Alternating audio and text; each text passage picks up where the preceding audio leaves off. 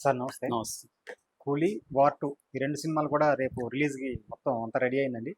తెలుగు స్టేట్స్‌లో బుకింగ్స్ కూడా advance bookings అవి ఓపెన్ చేశారు.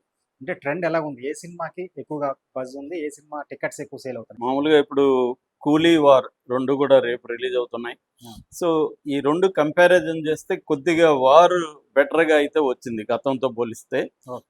కానీ 'కూలీనే' నెంబర్ 1లో ఉంది. రెండిట్లో పోలిస్తున్నప్పుడు 'కూలీనే' వరల్డ్ వైడ్‌గా కలెక్షన్ చూసుకుంటే 'కూలీనే' ఉంది. ఇప్పుడు ఆంధ్ర రాష్ట్రాల్లో కూడా హ్మ్. 'కూలీనే' ఉంది. ఓకే. నిజానికి ఆంధ్రప్రదేశ్‌లో 'కూలీకి', 'వార్‌కి రెండిటికి కూడా టికెట్ రేట్లు పెంచారు. తెలంగాణలో ఇంకా పెంచలేదు. పెంచలేదు. హ్మ్. సో, 2కి కూడా ఈక్వల్‌గానే అక్కడ పెంచారు. ఎన్టీఆర్ కూడా చంద్రబాబుకి, పవన్ కళ్యాణ్‌కి కృతజ్ఞతలు కూడా తెలియజేశాడు. హ్మ్. సో, ఆహ్, మరోవైపు 'కూలీకి' యాంటీగా వైసీపీ కూడా రంగంలో దిగి ప్రచారం మొదలుపెట్టింది. ప్రధానంగా టికెట్ రేట్ల మీద వాళ్ళు ఎక్కువగా మాట్లాడుతున్నారు. వాళ్ళు పెంచి చూపిస్తున్నారు. హ్మ్. ఇక అక్కడ 183 అయితే ఇక్కడ 483 అని. నిజానికి 483 ఎక్కడా లేదు. హ్మ్. మామూలుగా 320 నేను ఇందాక చూస్తే కూడా విత్ జీఎస్టీ 324, 328, 330 వేసుకోండి అంతవరకు ఉంది హ్మ్. హైదరాబాద్లో కూడా. హైదరాబాద్లో పెంచలేదు కాబట్టి అక్కడ పెంచినా అక్కడ కూడా అంతే ఉంది. ఎందుకంటే అక్కడ హైదరాబాద్తో పోలిస్తే వైజాగ్ ఏరియాలంతా తక్కువగా ఉంటాయి జనరల్గానే. హ్మ్. పెంచినా కూడా 330 ఆ లోపలే ఉంది. హ్మ్. కాకపోతే చెన్నైలో కరెక్టే. చెన్నైలో 183నే ఉంది. హ్మ్. సో, అక్కడ 183 ఉండి ఇక్కడ ఎందుకు 330 ఉంది అనేది కూడా ఖచ్చితంగా ప్రశ్నించాల్సిందే. హ్మ్.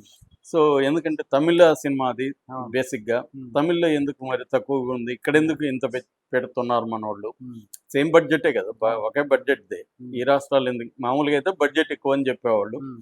సో, ఇది ప్రాబ్లమ్ ప్రజలకి చూడాలనుకున్న వాళ్ళకి. హ్మ్. వాళ్ళేం చెప్తారంటే, మా ఇష్టం కదా!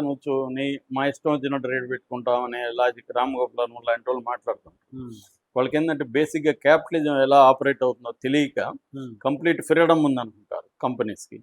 ఓకే. అట్లా అబ్సల్యూట్ ఫ్రీడమ్ ఏమి ఉండదిక్కడ. అవును. ప్రభుత్వం అనేది కంట్రోల్ చేయకపోతే హ్మ్. బిజినెస్‌లు ఇప్పుడు సబ్బు ఉంది. సబ్బు నేను ఇష్టం వచ్చినట్టు రేటు పెట్టుకుంటా అంటే కుదరదు. అవును. దానికి రూల్స్ అండ్ రెగ్యులేషన్స్ ఉంటాయి. ఇప్పుడు మనం ఫోన్ వాడతాము. హ్మ్. నా ఇష్టం వచ్చినట్టు తారీఫ్ పెడతానంటే కుదరదాడ. అంటే ఫ్రీ కాంపిటీషన్‌లో కొంతమంది తగ్గిస్తారు, కొంతమంది పెంచుతారనే థియరీ ఉంది. హ్మ్. ఆ థియరీలు తప్పు. ఎందుకంటే వీడు గవర్నమెంట్ నుంచి ఏమి బెనిఫిట్స్ పొందకపోతే అది అడగొచ్చు. వీడికి అవును. అన్ని బెనిఫిట్స్ కావాలి. అవును. మళ్ళీ నా ఇష్టం వచ్చిన రేట్లకి అమ్ముకుంటా అంటే ఎలా అవుతుంది? అవును. అట్లాంటప్పుడు నువ్వు అడగొద్దు. హ్మ్. వీడు ఫెయిల్ అయితే మళ్ళీ బెయిల్ ఔట్ కావాలి. బ్యాంక్ లోన్‌లు కావాలి. అవును. అలా అక్కడ ఇన్‌ఫ్రాస్ట్రక్చర్ వీడికి ప్రొవైడ్ చేయాలి. హ్మ్. తర్వాత ల్యాండ్ ఫ్రీగా ఇవ్వాలి ఆ! లీజ్‌కి. అవును. ఇవన్నీ తీసుకొని ఆ! ఫ్రీగా ఉండండి. నా ఇష్టం ఫ్రీ పోటీ హ్మ్. అంటే ఎలా అవుతుంది? అవును. సో, ఏందంటే అవన్నీ చెప్పకుండా మనకి ఈ లాజిక్‌లు చెప్తుంటారు. హ్మ్. ఎవరిష్టం కదా! డెమోక్రసీ ఇది అవును. దీంట్లో హ్మ్. ఫ్రీ మార్కెట్ కదా! ఫ్రీ మార్కెట్ కాదిది. హ్మ్. Costly market. హ్మ్. సో, కాబట్టి ఆహ్, ఇక్కడ గూడా ఎవరిష్టం వచ్చినట్టు వాళ్ళు రేట్లు పెంచుకోవడానికి లేదు. హ్మ్. అందుకనే గవర్నమెంట్ పర్మిషన్ అడుగుతారు వీళ్ళు. హ్మ్. సో, పర్మిషన్ తీసుకొని ఇలా పెంచుతూ ఉంటారు. దాని మీద డిస్కషన్ ఎక్కువ జరుగుతుంది. హ్మ్. సో, ఓవరాల్‌గా మాత్రం 'వార్ 2'తో పోలిస్తే 'కూలీనే' నెంబర్ 1లో ఉంది. హ్మ్. దాదాపు డబుల్ ఉంది 'కూలీ'. హ్మ్. కలెక్షన్‌లు చూసుకుంటే మనకి ఇప్పటివరకు 'వార్ 2' నేను చెప్పేది ఇది sacknilk.com సైట్ హ్మ్. బేస్ చేసుకొని చెప్తున్నాను. హ్మ్. 3,23,022 టికెట్లు సేల్ అయితే హ్మ్. 17,44,00,000 వార్ 2కి కలెక్ట్ అయింది హ్మ్. ఇప్పటివరకు. హ్మ్. అదే కూలీ. దీనికి హ్మ్. చూసుకున్నప్పుడు 11,45,000 ఇది టికెట్ 3,23,000 అయితే ఇది 11. 11,00,000 అసలేం సంబంధం కూడా లేదు. అవును. సో, దాదాపు 3 రెట్లు ఉందన్నమాట. అవును. సో, ఆ స్థాయిలో ఉంది. ఇది ఆహ్, దీంతో పాటు అమెరికా ఇట్లంతా కూడా $2,000,000 కూలీ. క్రాస్ చేసిందని నిన్ననే చెప్పారు. అవును. సో, ఓవరాల్‌గా ఈరోజు మార్నింగ్‌కి ఇది 75,00,00,000 pre release okay. Collection. Collect చేసింది కూలీ కూలీ. అని చెప్తున్నారు. హ్మ్. సో, అది 17,00,00,000 హ్మ్. సంబంధం లేదు. హ్మ్. సో, బడ్జెట్‌లేమో ఆల్‌మోస్ట్ ఈక్వలే రెండిటికి. హ్మ్. దీనికి 400,00,00,000 కూలికి, దానికి అవును. కూడా 400,00,00,000 అనేది చెప్తున్నారు. అవును. బడ్జెట్‌లో తేడా లేదు గానీ హ్మ్. పెర్ఫార్మన్స్‌లో ప్రీ హ్మ్. రిలీజ్ పెర్ఫార్మన్స్‌లో హ్మ్. అది కూలీ చాలా చాలా స్ట్రాంగ్‌గా. చాలా స్ట్రాంగ్‌గా ఉంది. హ్మ్. దాదాపు ఫస్ట్ డేనే ఇవన్నీ కలుపుకుంటే ఫస్ట్ డే కలెక్షన్‌లోకెళ్తాయి కాబట్టి హ్మ్. ఫస్ట్ డే వన్ మినిమమ్ 150 ఆ! 150 150,00,00,000 వరకి కలెక్షన్. కలెక్ట్ చేస్తది ఫస్ట్ డే అని హ్మ్. అంచనాలున్నాయి. హ్మ్. ఇది చెప్పలేం. హ్మ్.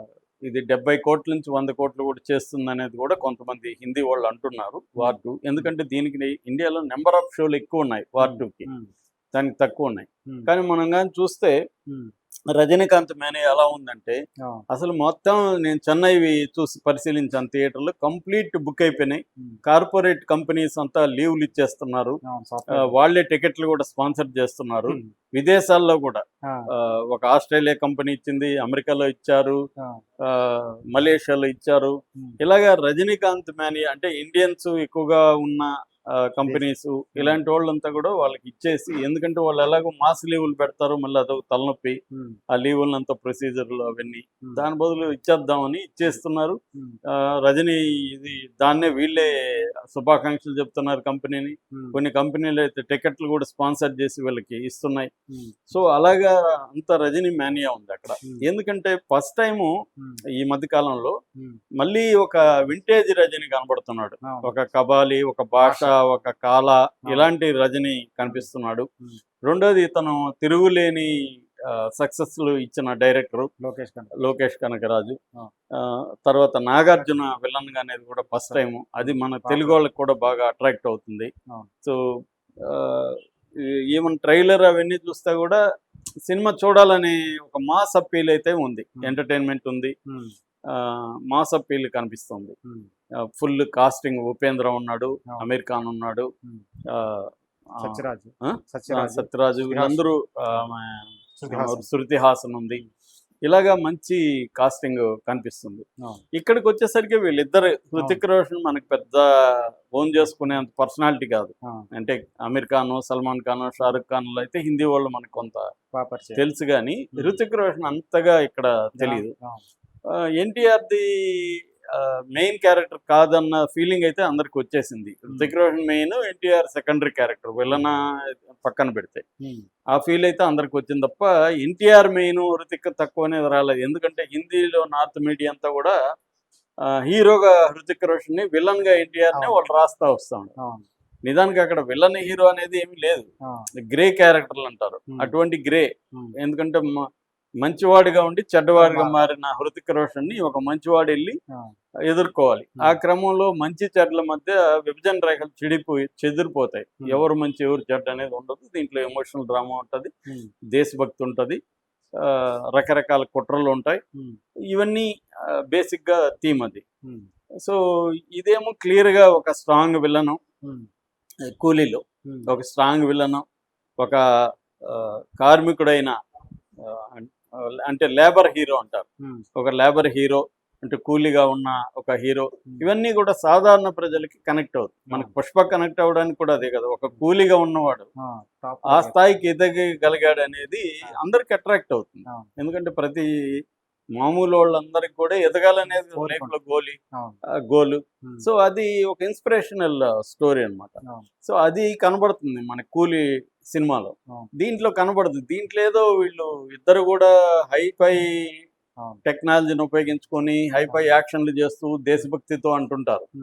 అది హాలీవుడ్ సినిమాలు చూసే వాళ్ళకి అది నచ్చుతుంది యాక్షన్లు, కానీ దాంట్లో కూడా విఎఫ్ఎక్స్ పూర్ అని ఆల్రెడీ విమర్శలు వచ్చాయి.